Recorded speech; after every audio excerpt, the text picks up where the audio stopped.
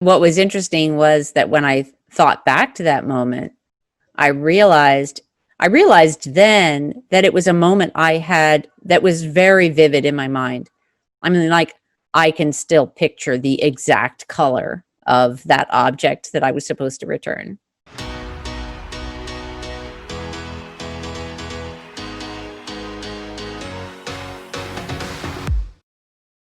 If you could think of the turning point moment, and I don't know if it is it that speaking gig moment, or was it something before that? Like, what was the moment that shifted, or after? Maybe it was after that speaking engagement and we were already working together, but is there a moment that you can say was the most significant moment of the turning point in your life?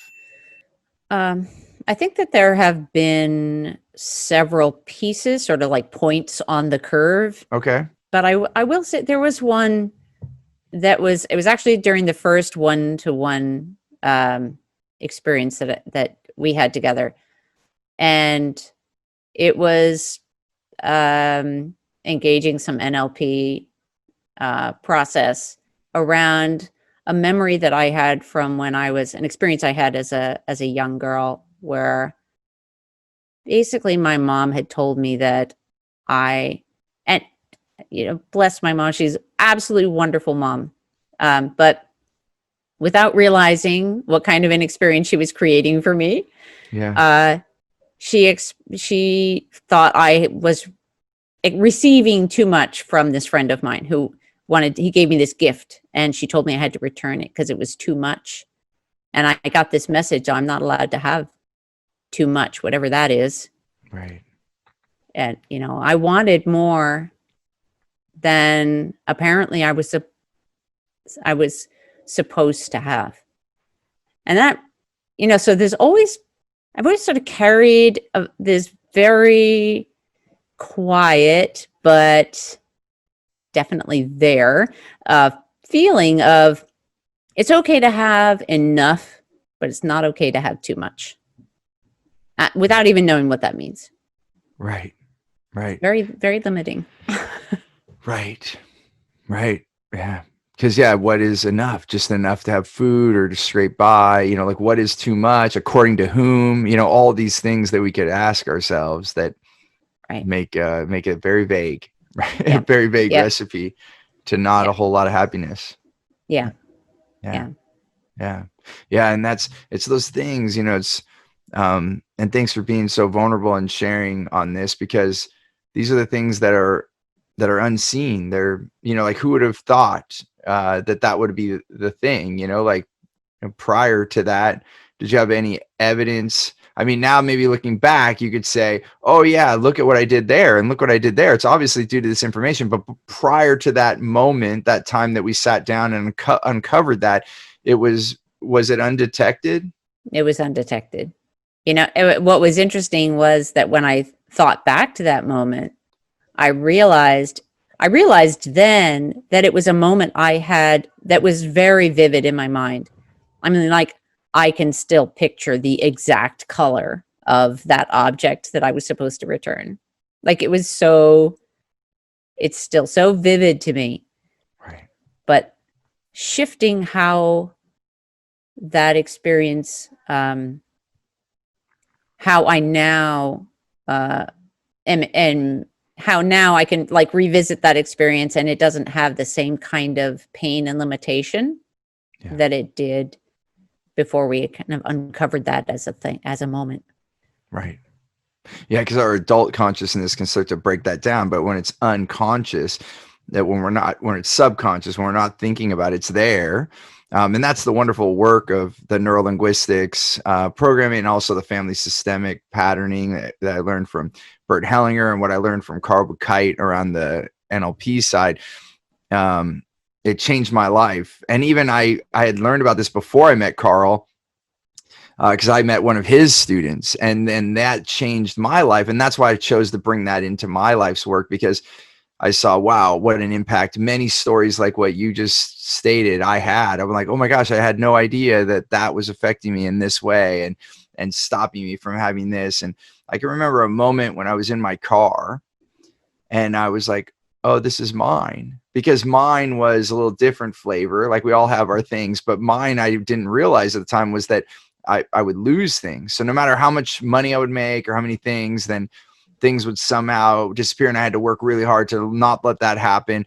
And the first time I can remember the moment when I was in my car and I was like, oh, this is mine and it's not going to go away. It doesn't have to go away. And I don't have to feel that way. It's the fear, like you were talking about. There's always a fear that something's going to be there. And many family members in my family history have had those losses, or people hurt them, or different things. And then that caused this fear to trickle down and always be protective. And even though it doesn't serve us. So it's amazing moment. So I guess what would you say to look for another point, a point that was conscious, that you made a choice? Like, so, you're having this experience that you were having, which from what I'm hearing was, working from the time you woke up till the time you couldn't work anymore. You were not spending as much time with your kids as you would like. I know it wasn't at zero, but it definitely was a lot less than now. Or even if you did do it, you would feel guilty, right? And then you're denying yourself these vacations and holidays and all these things, and doing it all yourself, right? That was, I think, you didn't have the team that you have now and all of those things. So then where was it that you made a choice that you would say started to lead down this path? Well, I guess there are a few things. I mean, one is actually that decision to start working with you, to be honest. I mean, that was really big. Then once we were working together, there were some things that were, that felt like small changes, but even just clarifying, getting really clear on what was my best target market, like who exactly, like which aspect of audiobooks did I most want to focus on. And I started, down one path, and that actually led to some more clients. And then I realized, oh no, I think it's actually, I have more to offer in this other area. And so then I started down that path, and it was a little bit like building the verticals within my business one at a time. Yeah.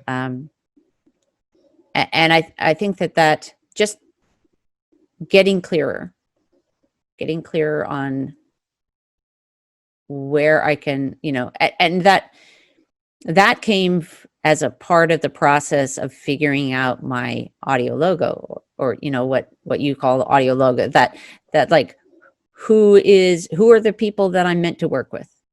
Who are those wow people for me? And for me, they typically are falling in the category of independently published authors and small publishers. But they have, they really want to reach their biggest audience, right? They really care about that. And you'd be surprised. I mean, some authors, I know a lot of authors, and they don't all have that same commitment. Many are just like, I just want to write. And yes, I want to publish, but I don't want to market. Oh, okay. Well, that's not necessarily my best client, because I want people to have a real impact in the world. And if their books aren't actually reaching their audience, then they're not having any impact. Right. And then my mission in life is not being as fulfilled. So it helps me to kind of get clear on who are the people that are a great fit. And of course, those people who are like passionate about getting their works, their messages out there and really reaching their audience, they're the ones who, are excited about what we have to offer, and are exciting to work with. Yeah. Because we can help them. Hey there, I want to give you something really big. It's called Clear Path to Customers. It's the way that we get the right language to get the right client. I like to call them your wow clients, so that you can have more results, more revenue, more raving fans, and more referrals. And I want to give this to you absolutely free. And all you have to do is go to stevenapolitan.com to check it out, or you can look at the description here. We'll put the details there. As always, remember, choose gratitude and create freedom.